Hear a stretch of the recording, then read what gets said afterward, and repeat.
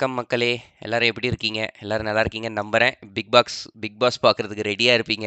அந்த டைம்ல வீடியோ வரும் எப்படியும். ஜஸ்ட் ஒரு 5, 10 மினிட்ஸ் ஸ்பெண்ட் பண்ணுங்க. அப்பதான் உங்களுக்கு அ ஒரு யூஸ்ஃபுல்லான இன்ஃபர்மேஷன் ஷேர் பண்றதுக்கு ரெடியா இருக்கேன்.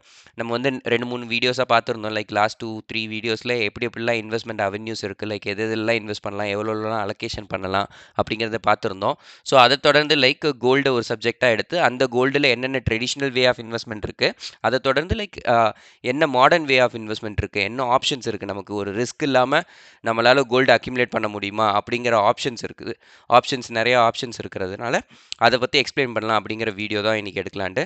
ஸோ வீடியோ ஃபுல்லாக பாருங்கள். வீடியோ உபயோகமாக இருந்துச்சுன்னா ஃப்ரெண்ட்ஸ் ஃபேமிலி கூட ஷேர் பண்ணுங்கள், லைக் பண்ணுங்கள், கமெண்ட் பண்ணுங்கள். அப்போ தான் வந்து எனக்கு தெரியும் வீடியோஸ் எல்லாம் யூஸ்ஃபுல்லாக இருக்கா இல்லை ஜஸ்ட்டு டம்மியாக இருக்கா அப்படிங்கிறதெல்லாம் புரியும். ஸோ வீடியோ ஃபுல்லாக பாருங்கள், கமெண்ட் பண்ணுங்கள். இந்த ஏதாவது ஃபீட்பேக்ஸ் இருந்துச்சுன்னா கண்டிப்பாக சொல்லுங்கள்.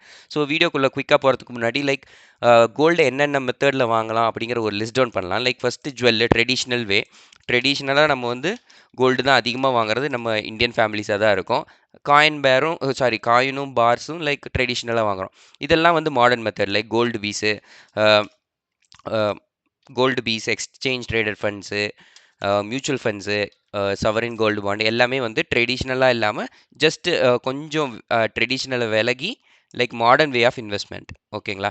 ஸோ ஏன் நான் வந்து இந்த ட்ரெடிஷ்னலாக ஜுவல்ஸும் காயின் பாரும் மென்ஷன் பண்ணியிருக்கேன்னா, ஜஸ்ட் ஒரு ஆர்டிக்கல் ஒரு 2023 கொஞ்சம் ஓல்டான ஆர்டிக்கல் தான்.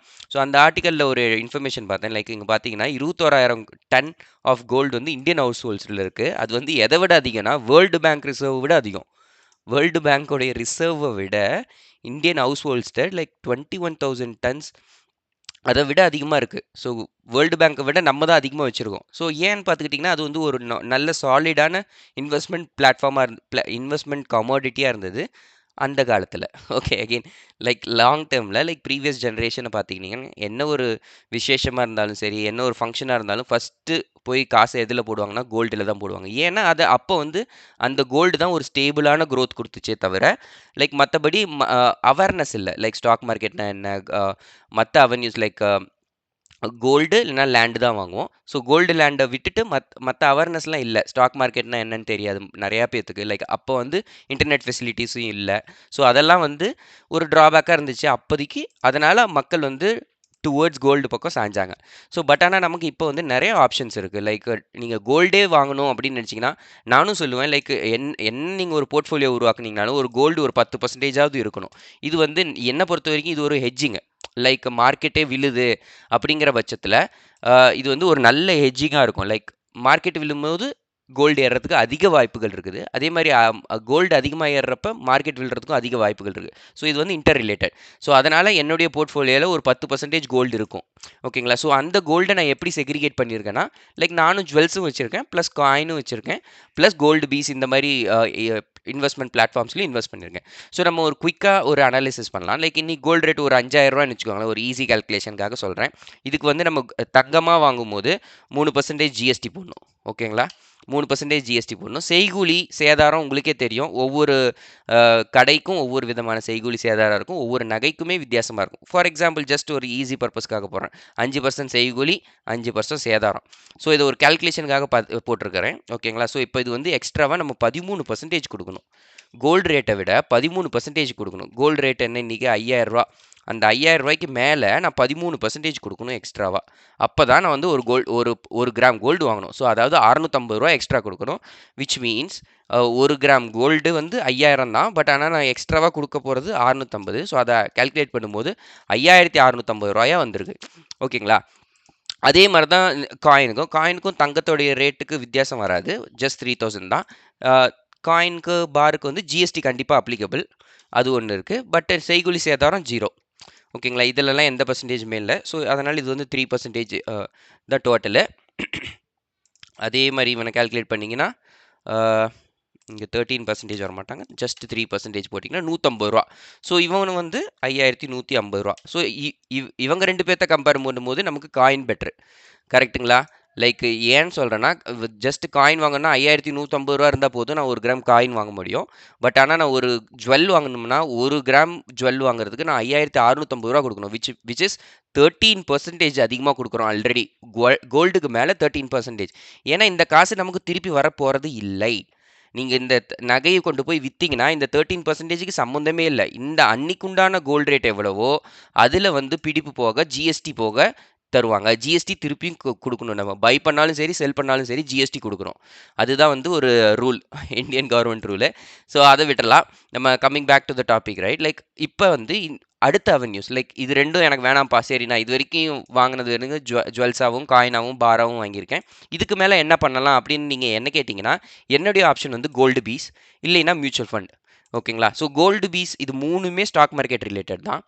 ஏன்னா லைக் இது 3மே வந்து ஸ்டாக் மார்க்கெட்டோட சம்மந்தப்பட்டது. என்னன்னா லைக் கோல்டு பீஸுங்கிறது வந்து ஸ்டாக்ல வந்து ஆக்டிவா ட்ரேட் ஆகும். லைக் நீங்க கோல்டு பீஸ் வாங்கணும்னு ஒரு முடிவு எடுக்கிறீங்கன்னு வச்சுக்கோங்க. கோல்டு பீஸும் ஒண்ணுமே இல்ல. ஜஸ்ட் இது ஒரு ஸ்டாக் மாரியே ட்ரேட் ஆகும். அ ஸ்டாக் மார்க்கெட்ல. ஜஸ்ட் அதுக்கு ஒரு என்ஏவின்னு செட் பண்ணியிருப்பாங்க. Like net asset value. அது அந்த ₹24 25 அதுக்கு உண்டான மாரி ட்ரேட் ஆகும். ஓகேங்களா? ஸோ இப்போ இந்த பார்த்துக்கிட்டிங்கன்னா கோல்டு பீஸ் தான் இது. லைக் மந்த்லி சார்ட்ல இருக்கு. இங்க பார்த்துக்கிட்டீங்கன்னா, இது கோல்டு பீஸ்ன்னு சர்ச் பண்ணீங்கன்னா, கைட்ல போய் நீங்க வந்து இந்த இந்த ஸ்டாக் கிடைக்கும். இது ஒரு ஸ்டாக் மாரியே ஒர்க் அவுட் ஆகும். இந்த கோல்டு பீஸ்ங்கிறது வேற ஒண்ணுமே இல்ல. நிப்பான் கோல்டு இந்தியா இடிஎஃப் ஃபண்டுன்றது தான். ஓகேங்களா? ஸோ ஜஸ்ட் நீங்க அப்படி சர்ச் பண்ணீங்கன்னா கூட உங்களுக்கு ஒரு ஐடியா கிடைக்கும். மந்த்லி சார்ட் போட்டிருக்கேன். இங்க பாருங்க எவ்வளோ அழகா குரோத் குடுத்துருக்கான் பாருங்க. இந்த மாரி குரோத் வந்து நீங்க ஜுவல்ஸ் வாங்குனீங்கன்னா கிடைக்காது. ஏன்னா, நீங்க வாங்குற ஜுவல்க்கு மேல ஒரு 13%லேருந்து ஒரு 15% எக்ஸ்ட்ராவா குடுக்குறீங்க ஆல்ரெடி. இந்த ஃபார் எக்ஸாம்பிள் நீங்க ரூ. 5000 வாங்குன கோல்டு ரூ. 5500 ரூ. 5500 வித்திருந்தீங்கனாலும், உங்களுக்கு லாபம் கிடையாது. ஏன்னா, ஆல்ரெடி நீங்க எக்ஸ்ட்ராவா 15% பே பண்ணிட்டீங்க. ஜிஎஸ்டி. புரியுதுங்களா? ஸோ அத தான் நான் சொல்ல வரேன். ஆனா இந்த ஸ்டாக் மார்க்கெட்ட பொறுத்தவரைக்கும் லைக் இந்த கோல்டு பீஸ் ஆகட்டும், இடிஎஃப் ஆகட்டும், மியூச்சுவல் ஃபண்ட் ஆகட்டும், எதுக்குமே நம்ம வந்து இந்த செய்கூலி சேதாரம் கான்செப்ட்டே இல்ல. அன்னைக்கு உண்டான கோல்ட் ரேட் என்னவோ, அதுக்கு உண்டான என்ஏவி என்னவோ நம்ம வாங்க போறோம். ஸோ ஃபார் எக்ஸாம்பிள் இங்க நான் வாங்குறேன்னு வச்சுக்கோங்க. நேத்து வாங்கியிருந்தேன்னா லைக் ரூ. 63.99 நான் வாங்கியிருப்பேன். ஓகேங்களா? இப்போ வந்து நம்ம இது எத்தன மல்டிபிள்ஸ்ல வேணாலும் வாங்கிக்கலாம். நீங்க 1 கிராம் தான் வாங்கணும், ரூ. 1000 தான் வாங்கணும்னு இல்ல. இந்த பிரைஸ்க்கு நீங்க ரூ. 63.9 குடுத்தீங்கன்னா, அவன் நீங்க எவ்வளோ காசு வச்சிருக்கீங்களோ, அதுக்கு தகுந்த மாரி அமௌண்ட் குடுப்பான். ஃபார் எக்ஸாம்பிள் இங்க பாருங்க இப்படி தான் வாங்கணும். லைக் நான் இப்போ வந்து இந்த ஸ்டாக்க வாங்குறேன் அப்படின்னு நான் முடிவு பண்ணி வச்சிருக்கேன்னா, ஜஸ்ட் இங்க ஒரு குவான்டிட்டி தான் மினிமம். அதுக்கு மேல நீங்க எவ்வளோ குவான்டிட்டி வேணாலும் வச்சுக்கலாம். லைக் உங்கள்கிட்ட இருக்கிற அமௌண்ட்ட பொறுத்தவரைக்கும். ஸோ நான் ஒரு 1000 குவான்டிட்டி வாங்குறேன்னு வச்சுக்கோங்க. இங்க ஆட்டோமேட்டிக்கா ரூ. 63,000 காட்டும். ஜஸ்ட் பை குடுத்தீங்கன்னா போதும். பை பண்ணிரும். ஓகேங்களா? So simple. இதுல ஒரு காம்ப்ளிகேட்டடுமே இல்ல. ஈஸியா நம்ம இன்வெஸ்ட் பண்ணலாம். நாளைக்கு செல் பண்ணணுங்கிற மாரி, செல் பண்ணணும்னு நெனச்சீங்கன்னா, ஜஸ்ட் பை கிளிக் நீங்க வந்து செல் பண்ணிட்டு போயிட்டே இருக்கலாம். அதே மாரி 1000 குவான்டிட்டி குடுத்துட்டு, நான் பாட்டுக்கு செல் பண்ணிட்டேன்னா, எனக்கு உண்டான அமௌண்ட் கிரெடிட் ஆயிடும். ஓகேங்களா? ஸோ இந்த மாரி தான் ஜஸ்ட் ஒரு சிம்பிள் கிளிக்ஸ்ல வந்து நம்ம வந்து நல்ல ப்ராஃபிட் ஜென்ரேட் பண்ணலாம். ஸோ முக்கியமான டிஃபரன்ஸ் என்னன்னா, இந்த செய்கூலி சேதாரம் தான். ஸோ நம்ம வந்து அத மக்கள் நெறைய புரிஞ்சுக்க மாட்டேங்கிறாங்க. இந்த செய்கூலி சேதாரம் இந்த பிளாக் இருக்குது பார்த்தீங்களா? இதுதான் உங்களுடைய இன்வெஸ்ட்மெண்ட்டயே மாத்தும். அந்த 10% நீங்க ஆல்ரெடி முன்னாடியே குடுக்கறதுனால, நீங்க 10% கோல்டுல லாபம் பார்த்தீங்கன்னா கூட, அந்த லாபத்துல உங்களுக்கு ஒரு பிரயோஜனமும் இல்லை. இந்த இந்த இந்த போர்ஷன் வந்து உங்க லாபத்த தின்னுட்டு போயிரும். ஓகேவா? ஸோ அத கண்டிப்பா புரிஞ்சுக்கணும். இப்ப coming back to exchange traded fund, mutual funds. இது 2மே ஒண்ணுமே இல்லைங்க டிஃபரன்ஸு. லைக் நம்ம வந்து கோல்டு பீஸுங்கிறது ஸ்டாக் மார்க்கெட்ல லைக் ஆக்டிவா ட்ரேடட் ஃபண்ட்ஸ். இது வந்து கோல்டு பீஸுங்கிறது வந்து ஆக்டிவா ட்ரேட் ஆகும். இந்த எக்ஸ்சேஞ்ச் ட்ரேடட் ஃபண்டும், மியூச்சுவல் ஃபண்ட் வந்து லைக் பீப்பிள் மியூச்சுவல் ஃபண்ட் வழியா இன்வெஸ்ட் பண்ணணும் கோல்டு அப்படின்னு நினைக்கிறவங்களுக்கு இந்த 2 ஆப்ஷன்ஸ் இருக்கு. எக்ஸ்சேஞ்ச் ட்ரேடட் ஃபண்ட், மியூச்சுவல் ஃபண்டுன்னு. ஸோ அதுக்கு வந்து நீங்க காயின் நான் ஜீரோதா யூஸ் பண்ணுறதுனால காயின் ஆப்புக்கு போனேன். ஜஸ்ட் காயின் ஆப்புக்கு போய் இடிஎஃப் கோல்டு இடிஎஃப்னு கொடுங்களேன். கோல்டு இடிஎஃப்னு கொடுத்தீங்கன்னா நிறைய ஒரு ஃபண்ட் ஹவுசஸ்லேருந்து நிறைய வித்தியாசமான இது இருக்கும். எல்லாமே ஒன்று தான். பேசிக்காக அவன் கோல்டுலையும் சில்வர்லையும் இன்வெஸ்ட் பண்ணுறான். இங்கே பார்த்துக்கிட்டிங்கன்னா இதில் பார்த்துக்கிட்டிங்கன்னா வெறும் கோல்டில் மட்டும் இன்வெஸ்ட் பண்ணுறான். ஸோ அவனை கிளிக் பண்ணி பார்த்தீங்கன்னா உங்களுக்கு புரியும். லைக் அவன் எவ்வளோ எக்ஸ்பென்ஸ் ரேஷியோ, எவ்வளோ வந்து எக்ஸிட் லோட் இருக்குது அப்படிங்கிறத நம்ம பார்க்கணும். இதுலேயும் ஜஸ்ட் பை கிளிக்கில் தான். இங்கே ஒரு பை கொடுத்தீங்கன்னா ஆட்டோமேட்டிக்காக எவ்வளோ அமௌண்ட்டை யூபிஐலேருந்து டிடக்ட் பண்ணணும்னு சொல்லுவாங்க. ஜஸ்ட் கொடுத்தீங்கன்னா பை பண்ணிடுவாங்க. ஓகேவா? இவன் இதில் கீழே போய் பார்த்தீங்கன்னா உங்களுக்கே புரியும். இவனும் இடிஎஃப்ல தான் இன்வெஸ்ட் பண்ணியிருக்கான். இது வந்து யூடிஐ ஃபண்ட் ஹவுஸ். இது டைரெக்டாக கோல்டு எக்ஸ்சேஞ்ச் ட்ரேடட் ஃபண்டுன்னு டைரெக்டாக உங்களுக்கு இடிஎஃப்ல வந்துடும். ஓகேங்களா? ஸோ இது வந்து 2வது ஆப்ஷன். ஸ்டாக் மார்க்கெட்லேயே. 3வது ஆப்ஷன் மியூச்சுவல் ஃபண்ட். அதே காயின் ஆப்பில் போய் ஜஸ்ட் ஒரு கோல்டுன்னு டைப் பண்ணுங்களேன். உங்களுக்கு HDFC gold fund, SBI, Kotak again Nippon India gold savings fund. இது எல்லாமே ஆப்ஷன்ஸ் தான். லைக் எது மக்களுக்கு ஈஸின்னு நினைக்கிறாங்களோ அதில் வந்து ஜஸ்ட் நீங்கள் ஒரு யூஸ் பண்ணிக்கலாமே தவிர லைக் இடிஎஃப்ல தான் இன்வெஸ்ட் பண்ணணும், கோல்டு ஃபண்டில் தான் இன்வெஸ்ட் பண்ணணும், ஸ்டாக் மார்க்கெட் கோல்டு பீஸில் தான் இன்வெஸ்ட் பண்ணணுங்கிறதுல. இது எல்லாமே உங்களுடைய ஈஸ்க்கு தான் இந்த ஆப்ஷன்ஸ்லாம் இருக்குது. ஈவன் இதில் பார்த்தீங்கன்னா பாருங்க, நிப்பான் இந்தியா கோல்டு பீஸ் தான் வச்சுருக்கான். ஸோ இதுதான் இன்டைரக்டாக நமக்கு கோல்டு பீஸ்ன்னு உள்ளே வந்திருக்கு மார்க்கெட்டில். புரியுதுங்களா? லைக் நான் கோல்டு பீஸ் வாங்குறேன்ல, அதுதான் இது. அதே தான் இவனும் வந்து ஒரு ஃபண்டாக ஒரு மக்களுக்கு எக்ஸ்பிளைன் பண்ணி, ஐ மீன் ஒரு ஃபண்டாக ரிலீஸ் பண்ணி அதை வந்து மார்க்கெட்டில் ட்ரேட் ஆயிருக்கு. அவ்வளோதான். ஓகேங்களா? ஸோ வித்தியாசம்லாம் ரொம்ப சிம்பிள். நம்ம ஸ்டாக் மார்க்கெட் வந்து இன்வெஸ்ட்மெண்ட் வந்து போரிங்காக தான் வச்சுக்கணும், போரிங்காக தான் இருக்கும். ஸோ அதுக்கு தகுந்த மாதிரி தான் நம்ம பிளான் பண்ணிக்கணும். ஓகேவா? நெக்ஸ்ட் ஆப்ஷன் வந்து சவரின் கோல்டு பாண்ட். இது சவரின் கோல்டு பாண்ட் வந்து லைக் கவர்மெண்ட் பேக்டு பாண்டு. ஓகேவா? ஜஸ்ட் கூகுளில் போய் சவரின் கோல்டு பாண்டுன்னு போட்டிங்கன்னா ஆர்பிஐலேருந்து இது ஆர்பிஐ வெப்சைட்டு. ஸோ இவன்லேயே பார்த்தீங்கன்னா ஜஸ்ட் உங்களுக்கு எக்ஸ்ப்ளனேஷன் கொடுத்துருப்பான். லைக் இவன் என்ன பண்ணுவான், லைக் உங்கள் பேரில் இவன் நீங்கள் வாங்குறதுக்கு பதிலாக அவன் ஃபிசிக்கல் கோல்டு 24 கேரட் கோல்டை வாங்கி ஜஸ்ட் உங்களுக்கு ஒரு பத்திரத்தை கொடுப்பான். லைக் இத்தனை கோல்டு வந்து இவர் பேரில் என்கிட்ட இருக்குது அப்படிங்கிற மாதிரி.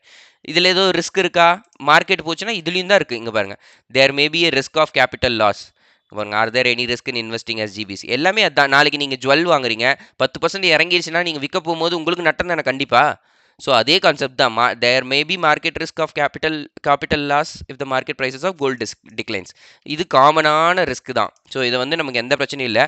இவன் எஸ்ஜிபியில் என்ன ஒரு அட்வான்டேஜ், என்ன ஒரு டிஸ்அட்வான்டேஜ்னா, எஸ்ஜிபியை பொறுத்த வரைக்கும் டிஸ்கவுண்ட் கொடுப்பான். ஃபஸ்ட்டு நீங்கள் இன்னைக்கு ரேட் வந்து 5000ன்னு வச்சுக்கோங்களேன், 4950 ரூபா உங்களுக்கு ப்ரைஸ்ன்னு சொல்லுவோம். ஒரு 50 ரூபா டிஸ்கவுண்ட் ஆன்லைனில் வாங்கினோம்னா. ஓகேவா? அது ஃபஸ்ட்டு. செகண்ட் வந்து என்னென்னா, இயர்லி வந்து இயர்லி வந்து இன்ட்ரெஸ்ட் பே பண்ணுவான். அது வந்து ஒரு 2.5% எவ்ரி இயர். 2.5% வந்து உங்களுக்கு இன்ட்ரெஸ்ட்டாக கொடுத்துருவான். அப்புறம் என்ன நடக்கும், லைக் 8 இயர்ஸ். இது வந்து அட்வான்டேஜ். இது ரெண்டுமே அட்வான்டேஜ். இப்போ டிஸ்அட்வான்டேஜ் என்னென்னா, ஜஸ்ட் வந்து 8 இயர்ஸ் ஹோல்டிங் பீரியட் இருக்குது. நீங்கள் 8 இயர்ஸ்க்கு வாங்கின தங்கத்தை விற்க முடியாது. அதை நல்லா புரிஞ்சுக்கணும். இந்த எஸ்ஜிபியில் இன்வெஸ்ட் பண்ணுற வரைக்கும் இன்வெஸ்ட் பண்ணிங்கன்னா 8 இயர்ஸ் ஹோல்டிங் பீரியட் இருக்குது. 8 வருஷத்துக்கு கழிச்சு தான் நீங்கள் விற்க முடியும். சாவரன் கோல்டு பாண்ட்லாம் வாங்கினீங்கன்னா விற்கிறதுக்கு வெரி லிமிட்டட் ஆப்பர்ச்சுனிட்டி இருக்குது. பட் ஆனால் அது வந்து பெரிய ப்ராசஸ். மீனிங் பெரிய ப்ராசஸ்னால் லைக் திரும்பி இந்த சவரின் கோல்டு பாண்டை கொண்டுட்டு போய் ஆக்டிவ் செகண்டரி மார்க்கெட்டுன்னு வாங்க. செகண்டரி மார்க்கெட்டில் யாராவது வாங்குற பையர்ஸ் இருந்தாங்கன்னா உங்களுக்கு விற்க முடியும், இல்லைன்னா விற்க முடியாது. லிக்விடிட்டி வந்து ரொம்ப கம்மி இந்த எஸ்ஜிபியில். ஓகேவா? ஸோ அதனால தான் இது வந்து கொஞ்சம் பேக்வேர்டில் இருக்குது எஸ்ஜிபி பொறுத்த வரைக்கும். மற்றபடி இந்த நடுவில் 3 ஆப்ஷன் இருக்குது பார்த்தீங்களா? இந்த 3 ஆப்ஷன்ஸில் நம்ம எது வேணாலும் தேர்ந்தெடுக்கலாம். ஓகேங்களா? ஸோ இந்த வீடியோ கொஞ்சம் லாங்காக போயிடுச்சு, 12 நிமிஷம் போயிடுச்சு. பட் ஆனால் உபயோகமாக இருக்கும்னு நினைக்கிறேன். கண்டிப்பாக உபயோகமாக இருந்துச்சுன்னா ஃப்ரெண்ட்ஸுக்கெலாம் ஷேர் பண்ணுங்கள். அப்போ தான் அவங்களும் பார்த்து தெரிஞ்சுக்குவாங்க. ஸோ அவ்வளோதாங்க இன்றைக்கி வீடியோ. லைக் பார்த்ததுக்கு ரொம்ப நன்றி. நாளைக்கும் வீடியோ வரும், வெயிட் பண்ணிகிட்ருங்க.